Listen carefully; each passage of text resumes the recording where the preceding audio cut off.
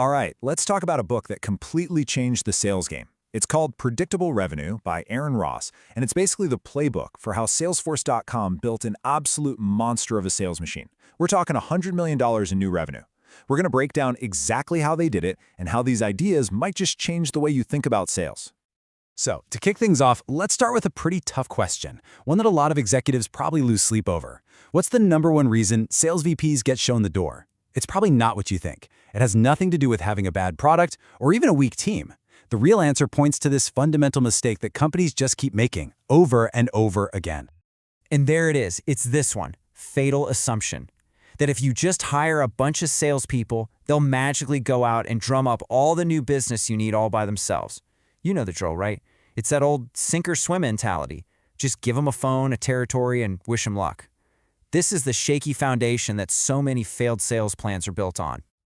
So that brings us right to what the book calls the unscalable sales myth. Let's really dig into this old school approach and figure out why exactly it's pretty much destined to fail. You've probably seen this movie before, right? The board gets together, looks at the numbers, and says, we need to double revenue. And what's the knee-jerk solution? Hire 10 more salespeople. But the reality is, well, it's a mess. Hiring always takes way longer than you think. The new reps come in with zero pipeline, so they inevitably miss their targets. And what happens next? Morale just tanks, people burn out, and you end the year with a massive gap in your revenue. It's this vicious cycle, and it's all built on that one false assumption. Okay, this quote right here, this is the core idea of the whole book. Seriously, let it sink in. Salespeople don't cause growth, they fulfill it. That is a huge difference. What actually causes growth, the real engine behind getting new customers, is lead generation. Your closers, your big-time account executives, they're the expert finishers. Their job is to take the qualified opportunities that are created for them and turn them into revenue. Expecting them to also be master prospectors is like asking a world-class surgeon to go out on the street and find their own patients. It just doesn't make sense. It's not the best use of their talent. So, you might be wondering, how did Aaron Ross figure all this out? Well, it wasn't in some fancy business school. It came from his own personal and pretty painful experience. Let's take a look at his journey from failure to a massive breakthrough. Yeah, the dream died. Those are his words. He was talking about the moment his first company, an internet startup called leaseexchange.com, went under. I mean, he had 50 people, he'd raised $5 million in venture capital, worked on it for years, and then in 2001, it all just fell apart. He said it was ugly and painful, and he felt responsible for killing the dreams of his team. But it was this epic failure that actually planted the seeds for everything that came next. So after this epic failure, what does he do? Something pretty incredible, actually. He completely checked his ego at the door and took the most junior sales job he could get at Salesforce.com. I'm talking answering the 1-800 number for 50 grand a year. Why? Because he wanted a real-world MBA in building a sales organization that worked. He wanted to learn how to create predictable revenue, not just hope for it. And because he had never really done sales before, he had no baggage. He came in with fresh eyes, tried the old methods, saw they were a total waste of time, and just threw out the playbook. He started experimenting to find a better way. And all that experimenting led him to one huge conclusion, which brings us to our next section, RIP cold calling. Let's look at the innovation that really started it all. A system for prospecting without making a single dreaded cold call. Okay, let's just get on the same page. What is a cold call really? It's simple. You're calling someone who has no idea who you are and is definitely not expecting your call. Let's be honest, nobody likes it. The salesperson hates the constant rejection, and the person on the other end hates the interruption. Ross knew there just had to be a better way. This chart just lays it all out so clearly. You've got cold calling 1.0, the old way.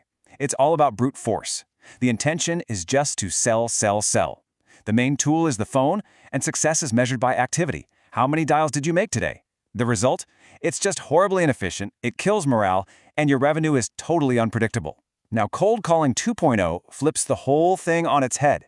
The intention is not to sell. It's to qualify the account and figure out who the right person is to talk to. The main tool isn't the phone.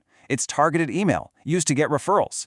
And the focus shifts from just mindless activity to high-quality results, meaning real, qualified opportunities. And that leads to a process that's systematic, predictable, and, the magic word, scalable. And this was the big aha moment.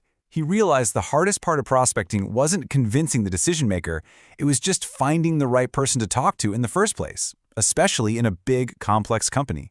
So, what was his solution? It was brilliant in its simplicity. He sent short, simple emails to high-level people with one single question: who is the right person here to talk to about this? Okay, so this new way of prospecting was the spark. But a spark isn't enough, right? You need an engine to make it scalable. That brings us to the sales machine blueprint, and it's all built around one incredibly powerful idea: specialization. Think of it like a factory assembly line, but for sales. Instead of having one person try to do everything, prospecting, qualifying leads, closing deals, you break it down into specialized roles. First, you have your sales development reps, or SDRs. They focus 100% on just one thing: outbound prospecting, using that cold calling 2.0 method. They find the opportunities, but, and this is key, they don't close them. Then you have market response reps, or MRRs. They handle all the inbound leads that come in from your website or marketing. Their only job is to qualify those people. And finally, you have your account executives, your AEs. These are your expert closers. They just get a steady stream of pre-qualified opportunities fed to them from both the SDRs and the MRRs. This lets them focus all of their energy on what they're amazing at: closing deals and bringing in the money. So why is this so powerful? I mean, what's the big deal? Well, in the old model, you're taking your most expensive people, your senior AEs, and having them spend a ton of their time on the lowest value task: cold prospecting. It's a huge waste. In the new, high-productivity system, you have a specialized, lower-cost team of SDRs whose only job is to build that pipeline. They create a steady flow of qualified opportunities and feed them to your expert closers. This frees up your AEs to just do what they do best: close more deals and do it faster. Okay, we've gone through the theory. We've seen the blueprint. So what happened? What were the actual results when they put all this into practice? What was the payoff? Yeah, $100 million. And it's so important to understand what this number means. This wasn't just a one-time sales spike. This was $100 million in new, incremental, recurring revenue that came directly from the team that Ross built using this system. It was a sustainable, repeatable engine for growth that just kept delivering year after year. It's really the ultimate proof that this system works on an absolutely massive scale. All right, so let's boil this all down. If you're going to remember anything, remember these 3 keys to predictable revenue. First, you have to have predictable lead generation, and the book makes a strong case that cold calling 2.0 is the best way to do that. Second, you absolutely must have a specialized sales development team. You've got to separate your prospectors from your closers. And third, all of this has to be built on a foundation of consistent, repeatable sales systems.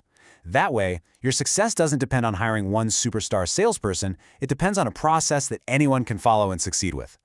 And that really brings us to the final question, the one I want you to walk away with. Take a good, hard look at your own company, your own sales team. Are your salespeople set up to fulfill growth that's being created by a predictable lead generation engine? Or are they still stuck with the impossible job of having to cause all that growth themselves, starting from scratch every single day? The answer to that question just might be the key to unlocking your own predictable revenue.